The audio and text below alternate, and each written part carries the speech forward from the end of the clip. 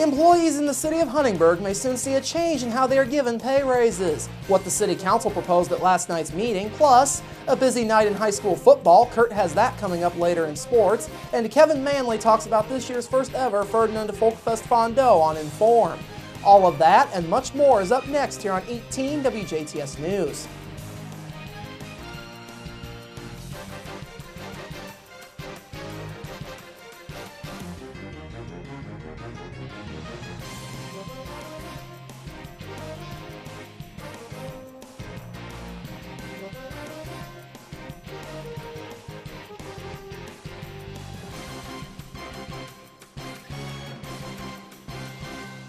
Hello, I'm Bradford Raths. In your news, employees in the city of Huntingburg could soon see a change in how they get their pay raises. Last night, the Huntingburg City Council reviewed a proposal for a new system of raises for its city employees. In the current system, employees get a set amount of raise based on years of experience. Under the new proposed performance-based system, city employees would be eligible for a 1% pay raise based on their score on the evaluations that would be done by their supervisor.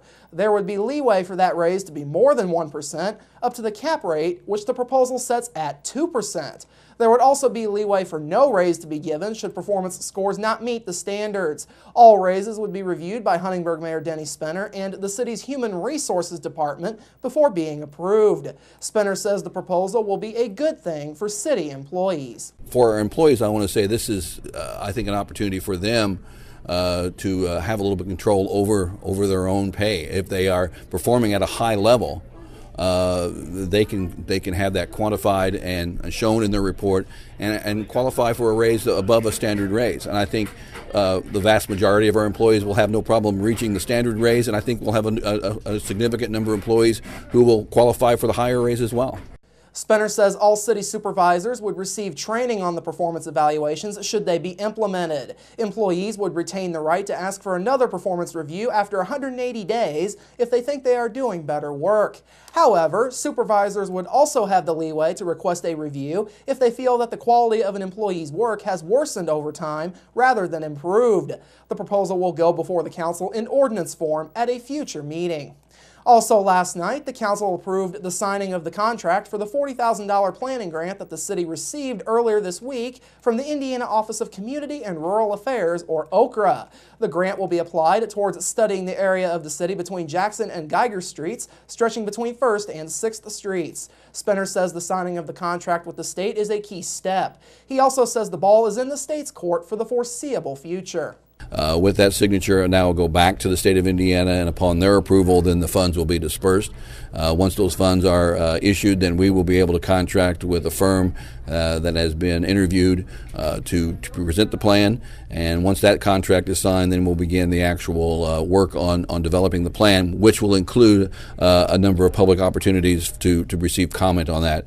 According to Spenner, the focus will largely be on infrastructure, specifically the water line along 4th Street. Public listening sessions will be planned by the city for the future in order to gather public comment. In other business, the council heard from attorney Phil Schneider concerning the draft of the interlocal agreement for the railroad overpass project. 80% of the funding for that project will come from NDOT, with the other 20% coming from local sources. In the agreement that would be signed between the county and the city of Huntingburg would be the lead agency for the project. The local match portion of the project, which would not exceed $2 million, would be split, with the county providing half of that funding and the city providing the other half. The agreement will be presented to the Du Bois County Commissioners at their next meeting. Finally, last night, the council heard a presentation on the Killian House from Forest Park High School senior Madeline Pelzel. Pelzel, an aspiring architect, presented a plan that she drew up for renovations to be made to the old house. Pelzel stated in her presentation that the front profile of the house would be among the most important things in her view. She also stated that she wished to incorporate local businesses and students into the project should it go forward.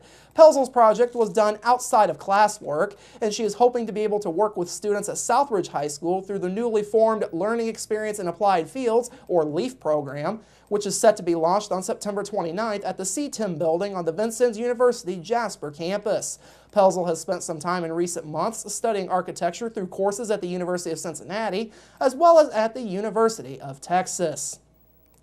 An accident to the west of Schnellville yesterday morning led to the arrest of a man who, it was discovered, never had a driver's license. DuBois County Sheriff's deputies say 39-year-old Arturo Sanchez was northbound in the 2300 block of Celestine Road South just before 7 a.m. yesterday morning when the accident took place. Sanchez told police that he swerved in an attempt to dodge a deer when his truck went off of the west side of the road and went about 150 feet before hitting a culvert.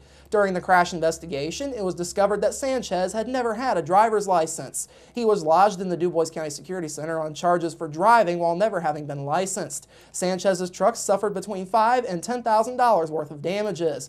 A wrecker from Rooksor Ford assisted at the scene. A big land sale was approved earlier this week in the town of Holland. In a special meeting on Wednesday, the Holland Town Council accepted offers to sell 38 acres of land near the wastewater lagoon site off of County Road 750 West.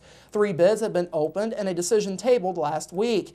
Council members agreed to sell Randy and Sharon Fisher just under 21 acres on the east side of the site and just over 16.5 acres on the west side of the plot to Freiberger Brothers LLC, a farming family that owns adjacent property. Council members have directed Town Attorney Scott Blasey to draft purchasing agreements for the transfer. The details for the 2014 edition of the Jasper Chamber of Commerce's Home Expo have been announced. The 9th annual event is set to be held at the St. Joseph's Parish Center in Jasper on Friday, March 7th and Saturday, March 8th of next year. Officials with the Jasper Chamber of Commerce say the event was designed for businesses in Jasper to showcase their products and services to those in attendance so people know that the business exists in DuBois County. Officials say last year's event drew more than 60 businesses and nearly 1,000 people visited each booth at last year's event. The expo is open to all businesses in DuBois County, and the event is set to run from 3 till 7 p.m. on Friday the 7th and from 9 till 3 p.m. on Saturday, March the 8th. For more information or to register for next year's Jasper Home Expo, you can contact Nancy Eckerly at 482-6866. President Lincoln's favorite play is set to take the stage tonight on the grounds that he walked as a boy. Lincoln Amphitheater is set to host the National Players' presentation of William Shakespeare's famous play, Macbeth, tonight and tomorrow, September 13th and 14th. Macbeth, which was written by Shakespeare in 1616, is considered one of his most renowned and high-profile tragedy pieces. The play, which is set in Scotland, dramatizes the political and psychological effects produced when protagonist Lord Macbeth of Scotland chooses evil in order to fulfill his desire for power. The play will be performed by the National Players with original dialogue, but there will be a more industrialized era contemporary feel to the overall production.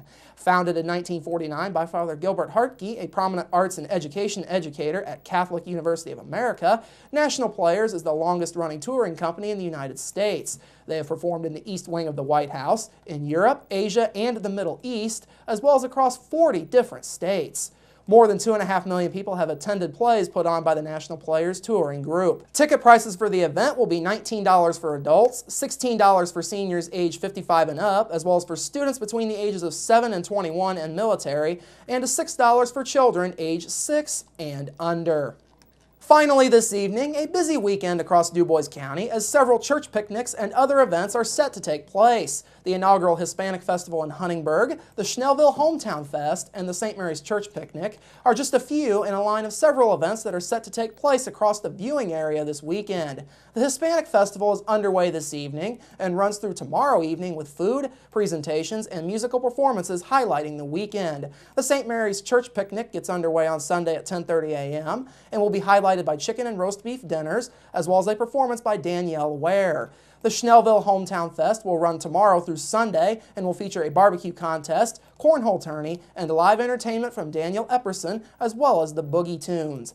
Coming up after the break, speaking of church picnics and other outdoor events, the weather seems set to cooperate. More on that ahead in your local forecast, sports with Kurt Guxell, and Inform featuring Kevin Manley discussing this year's inaugural Ferdinand Folkfest Fondo. That's all up next here on 18 WJTS News. Local people watching local people.